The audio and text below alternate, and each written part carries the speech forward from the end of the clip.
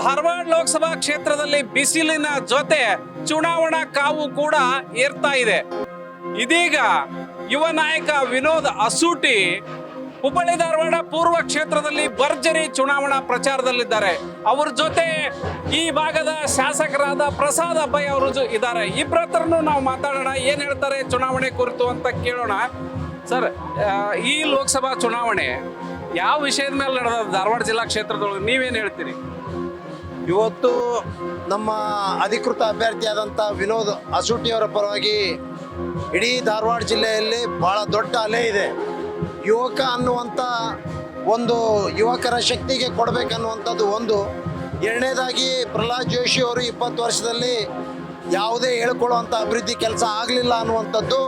ಬಹುಶಃ ಕೇಂದ್ರ ಸರ್ಕಾರದ ಮೋದಿಜಿಯವರ ವೈಫಲ್ಯಗಳು, ಅವರ ಬೋಗಸ್ ಗ್ಯಾರಂಟಿಗಳು ಬಹುಶಃ ಇದೇ ನಮಗೆ ವರದಾನ ಆಗಲಿದೆ. ಬಹುಶಃ ವಿಶೇಷವಾಗಿ ಸಿದ್ದರಾಮಯ್ಯವರ ಸರ್ಕಾರದಲ್ಲಿ ಏನು ಬಂದ ತಕ್ಷಣ ನಡೆದ ಸರ್ಕಾರ ನಮ್ಮದು. ನಮ್ಮ ಅಧಿಕಾರಕ್ಕೆ ಬಂದ ತಕ್ಷಣವೇ 5 ಗ್ಯಾರಂಟಿಗಳನ್ನು ಭಾಳ ಯಶಸ್ವಿಯಾಗಿ ಕೊಟ್ಟಿದ್ವಿ. ಬಹುಶಃ ಈ ರಾಜ್ಯದಲ್ಲಿ, ದೇಶದಲ್ಲಿ ಆರ್ಥಿಕ ದಿವಾಳಿ ಏನಾಗಿತ್ತು, ಇವತ್ತು ಆರ್ಥಿಕ ದಿವಾಳಿಯನ್ನು ಸುಧಾರಣೆ ಮಾಡಲಿಕ್ಕೆ, ಅದು ರಾಜ್ಯದಲ್ಲಿ ಸುಧಾರಣೆ ಮಾಡಲಿಕ್ಕೆ ಭಾಳ ಮಹತ್ವವಾದಂಥ 5 ಗ್ಯಾರಂಟಿಗಳನ್ನು ಕೊಡೋದ್ರ ಮೂಲಕ ಜನರ ಒಂದು ಆರ್ಥಿಕ ಸ್ಥಿತಿ ಸುಧಾರಣೆ ಆಗಿದ್ದು ನಾವೆಲ್ಲ ನೋಡಿದ್ದೀವಿ. ಬಹುಶಃ ಏನು ನಾವು ಗೃಹಲಕ್ಷ್ಮಿ ಅನ್ನುವಂಥದ್ದು ಏನು 2,000 ರೂಪಾಯಿ ಪ್ರತಿ ಅಕೌಂಟಿಗೆ ಹೋಗ್ತಾ ಇದೆ. ಎಲ್ಲರೂ ಕೂಡ ನಿಜಕ್ಕೂ ಎಲ್ಲ ಕಡೆ ನಾವು ಈ ಬಾರಿ ಖಂಡಿತವಾಗಿ ವಿನೋದ್ ಅಸೂಟಿಯವರ ಪರವಾಗಿನೇ ಮಾಡ್ತೀವಿ. ನೀವೇನು ಈ ಭಾಗದಲ್ಲಿ ಶಾಸಕರಿದ್ದೀರಿ, ಅದೇ ರೀತಿ ಡೆಲ್ಲಿಗೂ ಕೂಡ ಅವರೇ ಹೋಗಬೇಕು, ಡೆಲ್ಲಿಯಲ್ಲೂ ಕೂಡ ನಮ್ಮ ಕಾಂಗ್ರೆಸ್ ಸರ್ಕಾರನೇ ಬರಬೇಕು ಅನ್ನುವಂಥದ್ದು ಬಡವರ ಎಲ್ಲ ಕಡೆನೂ ಕೂಡ ಅವರು ಬಹಳ ಪ್ರೀತಿ ವಿಶ್ವಾಸದಿಂದ ಅಭಿಮಾನದ ಮಾತುಗಳನ್ನು ಮಾತಾಡ್ತಾ ಇದ್ದಾರೆ. ಸರ್, ಕಾಂಗ್ರೆಸ್ ಹೇಳ್ತಾ ಇರುವಂತದ್ದು ನೇಹಾ ಹಿರೇಮಠ್ ಕೇಸನ್ನ ಪೊಲಿಟಿಸೈಸ್ ಮಾಡಿದೆ, ಅದರಿಂದ ಓಟ್ ಕೇಳ್ತಾ ಇದ್ದಾರೆ ಅಂತ ಹೇಳ್ತಾ ಇದ್ದೀರಿ. ಆ ಕೇಸ್ ನಡೆದಿರುವಂತ ಧಾರವಾಡ ಜಿಲ್ಲೆಯಲ್ಲೇ ಇದೇ ಲೋಕಸಭಾ ಕ್ಷೇತ್ರದಲ್ಲಿ ಇದು ಈ ಚುನಾವಣೆಯಲ್ಲಿ ಯಾವ ರೀತಿ ಎಫೆಕ್ಟ್ ಬೀಳಬಹುದು? ನೋಡಿ, ಖಂಡಿತವಾಗಿ ಕೂಡ ನೇಹಾ ಅವರ ಒಂದು ದಾರುಣ್ಯವಾದಂಥ ಹತ್ಯೆ ನಾವೆಲ್ಲ ಖಂಡಿಸಿದ್ವಿ. ಜಾತ್ಯತೀತವಾಗಿ, ಪಕ್ಷಾತೀತವಾಗಿ ಎಲ್ಲರೂ ಕೂಡ ಖಂಡಿಸಲೇಬೇಕಾದಂಥದ್ದು. ಅದು ಮಾನವೀಯ ಮೌಲ್ಯಗಳಿಗೆ ಧಕ್ಕೆ ಬರುವ ರೀತಿಯಲ್ಲಿ ನಡೆದಂಥ ಒಂದು ಹತ್ಯೆ. ಆದರೆ ಯಾರೂ ಕೂಡ ಸಾವಿನ ಮನೆಯಲ್ಲಿ ರಾಜಕೀಯ ಮಾಡುವಂಥ ಕೆಟ್ಟ ಸಂಪ್ರದಾಯ ಈ BJP ಇದು ಬಂದಿದೆ ಯಾವಾಗಲಿಂದ, ಹಿಂದಿನಿಂದ. 100 ಕಡೆ ಅತ್ಯಾಚಾರಗಳಾಗ್ತಾ ಇದ್ದಾವೆ, 100 ಕಡೆ ಇವತ್ತು ಇದನ್ನೇ ಆ ಪ್ರಜ್ವಲ್ ರೇವಣ್ಣ ಅವ್ರದ್ದೇ ನೀವು ತೆಗೆದುಕೊಂಡಾಗ ಸಾವಿರಾರು ಹೆಣ್ಣು ಮಕ್ಕಳ ಒಂದು ಬಾಳನ್ನು ಹಾಳು ಮಾಡಿದ್ದಾನೆ. ಅಂಥ ನೀಚನಿಗೆ ಇವತ್ತು ಯಾರೂ ಕೂಡ ಬಾಯಿ ತೆಗಿತಾ ಇಲ್ಲ, ಅವನ ಬಗ್ಗೆ ಎಲ್ಲಿಯೂ ಕೂಡ ಪ್ರೊಟೆಸ್ಟ್ ಮಾಡ್ತಾ ಇಲ್ಲ. ಅವನ ಬಗ್ಗೆ ಯಾರು ಹೆಣ್ಮಕ್ಳುಗಳು ಸಾವಿರಾರು ಮಂದಿ ಜೀವನ ಹಾಳಾಗಿದೆ ಅವ್ರಿಗೋಗಿ ಸಾಂತ್ವನ ಹೇಳುವಂಥ ಕನಿಷ್ಠ ಸೌಜನ್ಯ ಕೂಡ ಇವತ್ತು ಅವರು ತೋರಿಸ್ತಾ ಇಲ್ಲ. ನಿಜಕ್ಕೂ ಕೂಡ ದುರಾದೃಷ್ಟ. ಇವತ್ತು ಇಂತಹ BJP ಸಾವಿನ ಮನೆಯಲ್ಲಿ ರಾಜಕೀಯ ಮಾಡುವಂಥ ಕೆಟ್ಟ ಸಂಪ್ರದಾಯಕ್ಕೆ ನಾಂದಿ ಆಡಿದೆ. ಖಂಡಿತವಾಗಿ ಕೂಡ ಪ್ರಥಮವಾಗಿ ಜನರು ಎಲ್ಲೋ ಒಂದು ಕಡೆ ಬೇರೆ ರೀತಿಯಲ್ಲಿ ಜಾತಿ ಹೆಸರಿನಲ್ಲಿ ಅದನ್ನು ಹೊಡೆಯುವಂಥ ಪ್ರಯತ್ನ ಮಾಡಿದರು, ಹಿಂದೂ ಮುಸ್ಲಿಂ ಅಂತೇಳಿ. ಖಂಡಿತವಾಗಿ ಕೂಡ ಅರ್ಥ ಆಗಿದೆ, ಅದೆಲ್ಲ ನಿಜ ಬಣ್ಣ ಬಯಲಾಗಿದೆ. ಇವತ್ತು ಖಂಡಿತವಾಗಿ ಕೂಡ ಇವತ್ತು ಎಲ್ಲರಿಗೂ ಕೂಡ ಅದು ನಮಗೆ ನಿಜಕ್ಕೂ ನನ್ನ ಮಗಳು ನೇಹಾ ಅನ್ನುವಂಥದ್ದು ನನ್ನ ಮಗಳು ಸ್ವಂತ. ಅವ್ರಿಗೆ ಯಾವ ಥರ ಮಗಳು ನನಗೂ ಆ ರೀತಿ ಭಾಳ ಹತ್ತಿರದಿಂದ ನೋಡಿದ್ದೀನಿ. ಆದರೆ ನಾವು ಎಲ್ಲರೂ ಕೂಡ ಆ ಹತ್ಯೆಯನ್ನು ಖಂಡಿಸಿದ್ವಿ, ಅವನಿಗೆ ಗಲ್ಲು ಶಿಕ್ಷೆ ಏರಿಸ್ಬೇಕನ್ನುವಂಥದ್ದೆಲ್ಲ ಕೂಡ ನಾವು ಹೇಳಿದ್ವಿ. ಆದರೆ ಇವರು ಸಾವಿನ ಮನೆಯಲ್ಲಿ ಹೋಗ್ಬಿಟ್ಟು ದಿನ ಫೋರ್ಸ್ ಕೊಟ್ಟು ರಾಜಕೀಯ ಮಾಡುವಂಥದ್ದು ಅದು ಶೋಭೆ ತರುವಂಥದ್ದಲ್ಲ. ವಿನೋದ್ ಅಸೂಟಿ ಅವರೇ, ಈ ಭಾಗದ ಜನ ನಿಮಗೆ ಯಾಕೆ ಓಟ್ ಹಾಕಬೇಕು?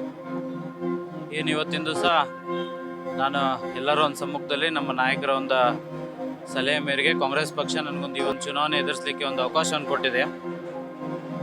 ಕಾಂಗ್ರೆಸ್ ಪಕ್ಷದ ನನಗನುಕಿತ ನಮ್ಮ ಕಾಂಗ್ರೆಸ್ ಪಕ್ಷದ ಗ್ಯಾರಂಟಿಗಳ ಯೋಜನೆ ಆಗಿರ್ಬೋದು, ನಮ್ಮ ನಾಯಕರಾದಂಥ ಪ್ರಸಾದ್ ಅಬ್ಬಯ್ಯ ಸಾಹೇಬರು, ನಮ್ಮ ಜಿಲ್ಲಾ ಉಸ್ತುವಾರಿ ಮಂತ್ರಿಗಳಾದ ಸಂತೋಷ್ ಲಾಡ್ ಸಾಹೇಬರು, ವಿನಯನ ಕುಲಕರ್ಣಿಯವರು, ಕೋನ್ ರೆಡ್ಡಿ ಅವರು, ಇವರೆಲ್ಲರೂ ಒಂದು ನಾಯಕತ್ವದಲ್ಲಿ ಈ ಒಂದು ಜಿಲ್ಲೆಯಲ್ಲಿ ಅಪಾರವಾದ ಒಂದು ಕೊಡುಗೆ ಇದೆ.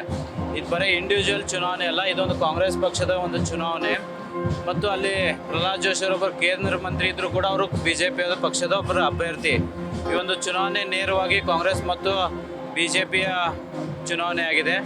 ನಾವೆಲ್ಲರೂ ಕಾಂಗ್ರೆಸ್ ಪಕ್ಷದ ನಾಯಕರು ಈಗಾಗಲೇ ಗ್ಯಾರಂಟಿಗಳನ್ನು ಘೋಷಣೆಯನ್ನು ಮಾಡಿದ್ದೀವಿ. ನಾವೆಲ್ಲ ಜನರ ಮಟ್ಟಿಗೆ ಕೂಡ ತಲುಪಿಸಿದ್ದೀವಿ. ವಿಧಾನಸಭಾ ಚುನಾವಣೆಗಿಂತ ಮುಂಚೆ ಯಾವ ರೀತಿ 5 ಗ್ಯಾರಂಟಿಗಳನ್ನು ಘೋಷಣೆ ಮಾಡಿದ್ದು, ಈ ಜನರ ಆಶೀರ್ವಾದ ಮಾಡೋ ಮುಖಾಂತರ ಅವು 5 ಗ್ಯಾರಂಟಿಗಳನ್ನು ಕೂಡ ಪೂರೈಸಿ ಪ್ರತಿಯೊಂದು ಮನೆಗೂ ಕೂಡ ಮುಟ್ಟಿಸುವಂಥ ಕೆಲಸವನ್ನು ಮಾಡಿದ್ದೀವಿ. ಈ ನಿಟ್ಟಿನಲ್ಲಿ ಒಂದು ಚುನಾವಣೆ ಮಾಡ್ತಿದ್ವಿ ಅಂತ ಹೇಳಿ. ಈ ಚುನಾವಣೆಯಲ್ಲಿ ನೀವು ಗೆದ್ರೆ ಈ ಕ್ಷೇತ್ರಕ್ಕಾಗಿ ಏನ್ ಮಾಡ್ತೀರಿ? ಜನರಿಗೆ ಏನ್ ಭರವಸೆ ಕೊಡ್ತೀರಿ? ಸರ್, ಈ ಒಂದು ಕ್ಷೇತ್ರದಲ್ಲಿ 8 ವಿಧಾನಸಭಾ ಕ್ಷೇತ್ರ ಬರ್ತಾವೆ. ಅಲ್ಲಿಂದ ಜನರ ಒಂದು ಸಲಹೆ ಮೇರೆಗೆ ಮತ್ತು ಅಲ್ಲಿದ್ದಂಥ ನಮ್ಮ ಎಲ್ಲರ ಒಂದು ಹಿರಿಯರ ಮೇರೆಗೆ ಯಾವ ರೀತಿ ಸಲಹೆಯನ್ನು ಕೊಡ್ತಾರೋ, ಅಲ್ಲಿ ಅಭಿವೃದ್ಧಿ ಕೆಲಸ ಅವರಿಗೆ ಮೊದಲು ಆಗಬೇಕಾಗಿದೆ ಅಂತ ನಿಟ್ಟಿನಲ್ಲಿ ಅವರ ಸಲಹೆ ಮೇರೆಗೆ ಒಂದು ಕೆಲಸವನ್ನು ಪ್ರಾಮಾಣಿಕವಾಗಿ ಮಾಡಿಕೊಡ್ತೀವಿ ಅಂತ ಈ ಸಂದರ್ಭ ಹೇಳಕ್ಕೆ ಇಷ್ಟಪಡ್ತೀನಿ. ಜನರೊಟ್ಟಿಗೆ ಇರ್ತೀರಿ? 100% ಜನರೊಟ್ಟಿಗೆ ಇರ್ತೀವಿ. ಈ ಕ್ಷೇತ್ರದಲ್ಲಿ ಗೆಲುವಿನ ವಿಶ್ವಾಸ ಎಷ್ಟಿದೆ ಮತ್ತು ನಿಮಗೆ ರೆಸ್ಪಾನ್ಸ್ ಹೆಂಗ್ ಸಿಗ್ತಾ ಇದೆ ಈ ಭಾಗದಲ್ಲಿ? ಸರ್, ಈ ಭಾಗದಲ್ಲಿ 8 ವಿಧಾನಸಭಾ ಕ್ಷೇತ್ರ ಈಗಾಗಲೇ ಪ್ರಚಾರವನ್ನು ಕೂಡ ಆರಂಭಿಸಿ ಎಲ್ಲ ಕಡೆ ಕ್ಷೇತ್ರದಲ್ಲಿ ಕೂಡ ಪ್ರಚಾರವನ್ನು ಮಾಡಿದ್ದೀವಿ. ಭಾಳ ಒಳ್ಳೆ ರೀತಿಯಿಂದ ರೆಸ್ಪಾನ್ಸ್ ಇದೆ.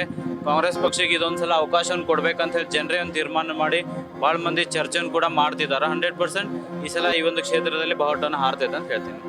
ಈ ಕ್ಷೇತ್ರ ಬಿಜೆಪಿಯ ಭದ್ರಕೋಟೆ ಅಂತ ಹೇಳ್ತಾರ. ಯಾಕೆ ಭದ್ರಕೋಟೆ ಅಂತೆಲ್ಲ ಅದಕ್ಕೆ ಮುಂಚೆ ನಮ್ಮ ಕಾಂಗ್ರೆಸ್ ಪಕ್ಷದ ಸರೋಜಿನಿ ಮೇಸಿ ಅವರು ಆಗಿರ್ಬೋದು ಮತ್ತು DK ನಾಯಕರ್ ಸಾಹೇಬ್ರು ಆಗಿರ್ಬೋದು ಈ ಕ್ಷೇತ್ರದಿಂದ ಸುಮಾರು 7 ಬಾರಿ MP ಸದಸ್ಯರು ಕೂಡ ಆಗಿದ್ರು ಅಂತ ಹೇಳ್ತೀನಿ. ಭದ್ರಕೋಟೆ ಅಂತೇನೆಲ್ಲ ಈ ಸಲ ಮಾತ್ರ ನಾವು ಭದ್ರಕೋಟೆಯನ್ನು ಛಿದ್ರ ಮಾಡಿ 100% ಕಾಂಗ್ರೆಸ್ ಪಕ್ಷ ಗೆಲ್ತೈತೆ ಅಂತ ವಿಶ್ವಾಸ 100% ಇದೆ. ಭದ್ರಕೋಟೆ, ಬಿಜೆಪಿಯ ಭದ್ರಕೋಟೆಯನ್ನು ನಾವು ಈ ಸಾರಿ ಛಿದ್ರ ಮಾಡ್ತೀವಿ ಅನ್ನೋ ವಿಶ್ವಾಸ ವಿನೋದ್ ಅಸೂಟಿ ಅವರಿಗಿದೆ. 8 ಕ್ಷೇತ್ರಗಳಲ್ಲಿ ಅತ್ಯುತ್ತಮ ರೆಸ್ಪಾನ್ಸ್ ಕಾಂಗ್ರೆಸ್ ಪಕ್ಷಕ್ಕೆ ಸಿಗ್ತಾ ಇದೆ. ನನ್ನ ಗೆಲುವು ಖಚಿತ ಅನ್ನುವಂಥ ವಿಶ್ವಾಸ ವಿನೋದ್ ಅಸೂಟಿ ಅವರದ್ದು. ಕ್ಯಾಮರಾಮನ್ ಪ್ರಕಾಶ್ ಮುಳ್ಳೊಳ್ಳಿ ಜೊತೆ Prakash Noolvi, news first, Hubballi. News first, ನಿರ್ಭೀತಿಯಿಂದ ನಿಮ್ಮ ಪರವಾಗಿ.